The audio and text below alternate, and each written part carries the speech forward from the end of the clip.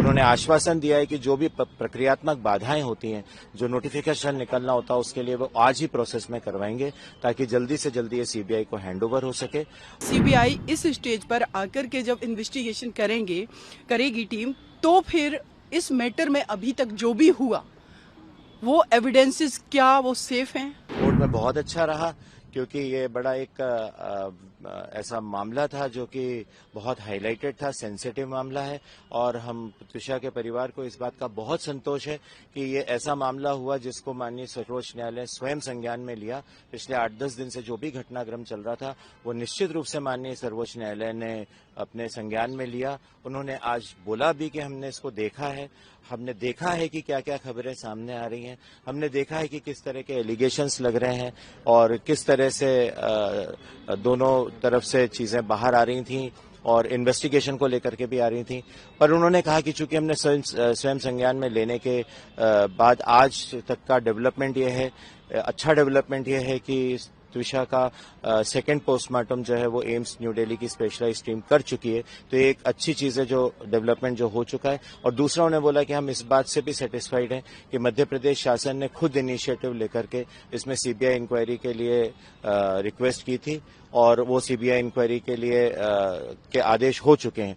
उनका कंसर्न ये था कि अब मामला जल्दी से जल्दी सीबीआई को हैंडओवर कर देना चाहिए क्योंकि एक निष्पक्ष जांच हो सके, इसलिए जल्दी से जल्दी सीबीआई इसको टेक ओवर करे। जो हम भी कह रहे थे, हम भी जब 22 तारीख को सीबीआई को हैंडओवर करने का ऑर्डर हुआ तब से हम बोल रहे थे कि इसको इमीडिएटली सीबीआई को हैंडओवर किया जाए क्योंकि जो कुछ भी घटनाक्रम हुआ है उसमें त्विषा के परिवार को स्थानीय पुलिस और एसआईटी जो जांच कर रही थी, बहुत सारे कारणों से उन पर विश्वास नहीं रह गया था। तो हम भी ये बोल रहे थे कि वैसे तो ये सीबीआई इंक्वायरी का ऑर्डर ही शासन को बहुत पहले कर देना था, लेकिन 22 को हुआ, अच्छा हुआ और हम 22 तारीख से ही निवेदन कर रहे थे कि इसको शीघ्र सौंप दिया जाए सीबीआई को। तो वो आज माननीय सुप्रीम कोर्ट ने भी कहा। इस पे सॉलिसिटर जनरल तुषार मेहता जी जो मध्य प्रदेश शासन की तरफ से अपीयर हुए थे, उन्होंने आश्वासन दिया है कि जो भी प्रक्रियात्मक बाधाएं होती हैं, जो नोटिफिकेशन निकलना होता है, उसके लिए वो आज ही प्रोसेस में करवाएंगे ताकि जल्दी से जल्दी ये सीबीआई को हैंडओवर हो सके। और एक बार हम भी बहुत सेटिस्फाइड रहेंगे अगर सीबीआई को हैंडओवर हो जाता है क्योंकि हमारी डिमांड ही हमेशा से निष्पक्ष जांच की रही थी। देखिए, एक क्रिमिनल ट्रायल में सब कुछ इन्वेस्टिगेशन पे डिपेंड करता है। अगर इन्वेस्टिगेशन ही सही नहीं होगा तो हम ट्रायल भी क्या ही सस्टेन हो पाएगी। तो इसीलिए हमारा शुरू से डिमांड फेयर इन्वेस्टिगेशन की थी, वो आज हमें पूरी होती दिख रही है। जो आश्वासन तुषार मेहता जी की तरफ से दिया गया है उसके तहत आज जल्दी से जल्दी अगर वो हैंडओवर हो जाता है तो बहुत अच्छा है। और माननीय सर्वोच्च न्यायालय ने कहा है कि अब जबकि वो एक इंडिपेंडेंट सेंट्रल एजेंसी के पास जांच के लिए जा रहा है तो उनका कहना है कि दोनों परिवारों से उनका एक्सपेक्टेशन है कि दोनों परिवार और जो विक्टिम हैं उनके भी सारे विटनेसेस जो हैं और एक्यूज के भी जो विटनेसेस हो सकते हैं, जो भी स्टेटमेंट देना है वो इंडिपेंडेंट जांच एजेंसी के सामने ही अपना पक्ष रखें। अब उसको पब्लिकली ना करें, नहीं तो उनका ऐसा सोचना है कि इससे जांच प्रभावित हो सकती है।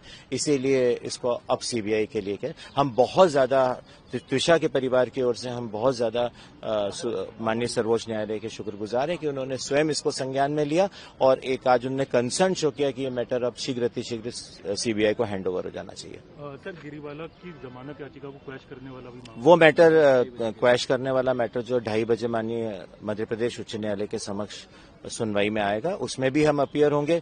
उसमें शासन की तरफ से भी उसको उनके एंटीसिपेटरी बिल को क्वैश करने के लिए एप्लीकेशन लगाई गई है। त्विषा के परिवार, उनके पिताजी ने भी लगाई है और उस पर 2:30 बजे हियरिंग होगी। हम सारे तथ्य माननीय उच्च न्यायालय के समक्ष रखेंगे और हमें पूरी उम्मीद है कि हमारे जो भी तथ्य हम रखेंगे माननीय उच्च न्यायालय के समक्ष, वो उनको कंसिडर करते हुए हमें उम्मीद है कि हमें सफलता प्राप्त होगी। ये एक उम्मीद तो है कि सुप्रीम कोर्ट ने डायरेक्शन दिया है कि सीबीआई इन्वेस्टिगेट करेगा, लेकिन सबसे बड़ा क्वेश्चन ये है कि सीबीआई इस स्टेज पर आकर के जब इन्वेस्टिगेशन करेगी टीम, तो फिर इस मैटर में अभी तक जो भी हुआ वो एविडेंसेस क्या वो सेफ हैं? क्या उनको प्रॉपर तरीके से प्रिजर्व किया गया था? ये पुलिस जो भोपाल पुलिस है उसने किया, कटरा हिल्स थाने की पुलिस ने किया होगा। अगर ये मैटर सही से शुरुआत से ही इन्वेस्टिगेट किया गया होता तो मुझे लगता है कि अभी तक सीबीआई को भी मैटर जाने की जरूरत नहीं पड़ती और माननीय सर्वोच्च न्यायालय को सो मोटो कॉग्निजेंस लेने की रिक्वायरमेंट नहीं होती, जरूरत नहीं पड़ती। लेकिन इस केस में शुरुआत से मैं थी मैंने मल्टीपल टाइम्स कॉल किए एसीपी रजनीश जो कि इसमें आयो है, इन्वेस्टिगेशन ऑफिसर है, संजय भोपाल और उसके संजय सिंह जो कमिश्नर ऑफ भोपाल हैं। इन्होंने चीज़ों को इतना डिले किया कि जब तक सफिशिएंट टाइम मिल जाए एक्यूज्ड को, इनको नहीं पता था कि क्राइम सीन को तुरंत प्रिजर्व करने की ज़रूरत होती है, उसको कवर करने की ज़रूरत होती है, बट इन्होंने नहीं किया। सेम प्रीमाइसिस में गिरवाला जो कि एक्यूज नंबर 2 है, इसमें वो रह रही थी, उसके बावजूद भी इन्होंने उस क्राइम सीन को नहीं किया, कवर किया। दूसरा, लिगेचर मटेरियल नहीं दिया। लिगेचर मटेरियल पे अगर ये मैटर स्ट्रैंगुलेशन का है, उनकी गला घोट करके हत्या की गई, तो फिंगरप्रिंट तो डिस्ट्रॉय कर दिए गए होंगे, मिटा दिए गए होंगे। दूसरा इंपॉर्टेंट चीज़ ये है कि इस केस में जब क्राइम सीन ही हटा दिया गया, डिस्ट्रॉय कर दिया गया, तो सीबीआई को क्या मिलेगा इस मैटर में। और दिशा की बॉडी जो है मोर्चरी में 12 दिन तक 10 दिन तक रखी रही। उसके बाद क्या ये पॉसिबिलिटी है कि जो फर्स्ट पोस्टमार्टम हुआ था उसके बाद वो जो उनके बॉडी पर मल्टीपल इंजरीज थी, वो मे बी ऐसी भी पॉसिबिलिटी है कि उसमें नहीं आई हो जो सेकंड पोस्टमार्टम में, क्योंकि तब तक बॉडी जो है डिकम्पोज होना शुरू हो गई थी। ये तो पुलिस का कहना है। तो देखिए, होप ये है कि उस बेटी को न्याय मिलना चाहिए। वो 5 साल शादी को हुए थे, वो डिजर्व करती हैं जस्टिस। लेकिन जिस तरीके से सिस्टम को मैनिपुलेट करवाया गया, प्रेशर डाल करके, इन्फ्लुएंस करके, शुरुआत से ही गिरवाला सिंह, उनका जो बेटा है लड़का अभी एक्यूज समर्थ, इन लोगों ने पूरा मैनेज करने की कोशिश की। अगर सेशन कोर्ट की बात करें, जब गिरवाला को बेल अलाउ की गई इस केस में, मैंने आर्ग्यूमेंट किए थे, कोर्ट ने इतना भी कंसीडर नहीं किया कि डॉवरी डेथ वाले मैटर्स में कोर्ट प्रिज्यूम करके चलती है कि जब तक कोई एक्यूज्ड ये प्रूफ ना कर दे कि वो इनोसेंट है, तब तक ये मान के चला जाता है कि ये क्राइम किया गया है। लेकिन उन्होंने उन सारे पॉइंट को भी कंसीडर नहीं किया और बेल ग्रांट कर दी, उसको सफिशिएंट टाइम मिल गया एक्यूज्ड को। हम सभी ने देखा कि मीडिया में आकर के कितना कॉन्फिडेंटली बाइट दे रही थी, वो बात कर रही थी, इसलिए क्योंकि उनको ये कॉन्फिडेंस था कि सिस्टम तो हम अपने अकॉर्डिंग चला ही रहे हैं। जब भोपाल पुलिस की हिम्मत नहीं थी कि वो टाइमली एफआईआर दर्ज करे, 13 को फैमिली पहुंच चुकी थी, 15 को रात में 2:30 बजे एफआईआर दर्ज हुई है। और जबकि हमारी फैमिली से बात 1-1:30 बजे रात तक होती रही, कहते मैम मैं स्टिल थाने में बैठे हैं, पूरी फैमिली बैठी हुई थी।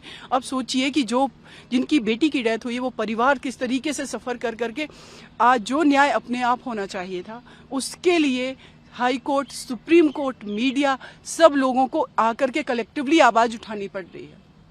तो अभी भी मुझे लगता है कि अगर सुप्रीम कोर्ट ने डायरेक्शन दिया है कि सीबीआई इन्वेस्टिगेट करेगी, लेकिन फिर भी सीबीआई का जो कन्विक्शन रेट है वो आउट ऑफ 100 में 10% है, क्योंकि जब किसी मैटर में सीबीआई एंटर करती है तब तक बहुत सारी चीज़ें डिस्ट्रॉय की जा सकती है। सुशांत सिंह राजपूत का केस देख सकते हैं, हम निठारी कांड का केस देख सकते हैं, जिसमें दोनों को, वो एक्यूज थे, एक्विटल कर दिया गया, डेथ पेनल्टी से अवॉर्डेड किया गया था सेशन कोर्ट से, हाई कोर्ट ने दोनों को एक्विटल किया। तो मल्टीपल ऐसे केसेस हैं। आई होप कि मेरी इस बेटी को न्याय मिलेगा।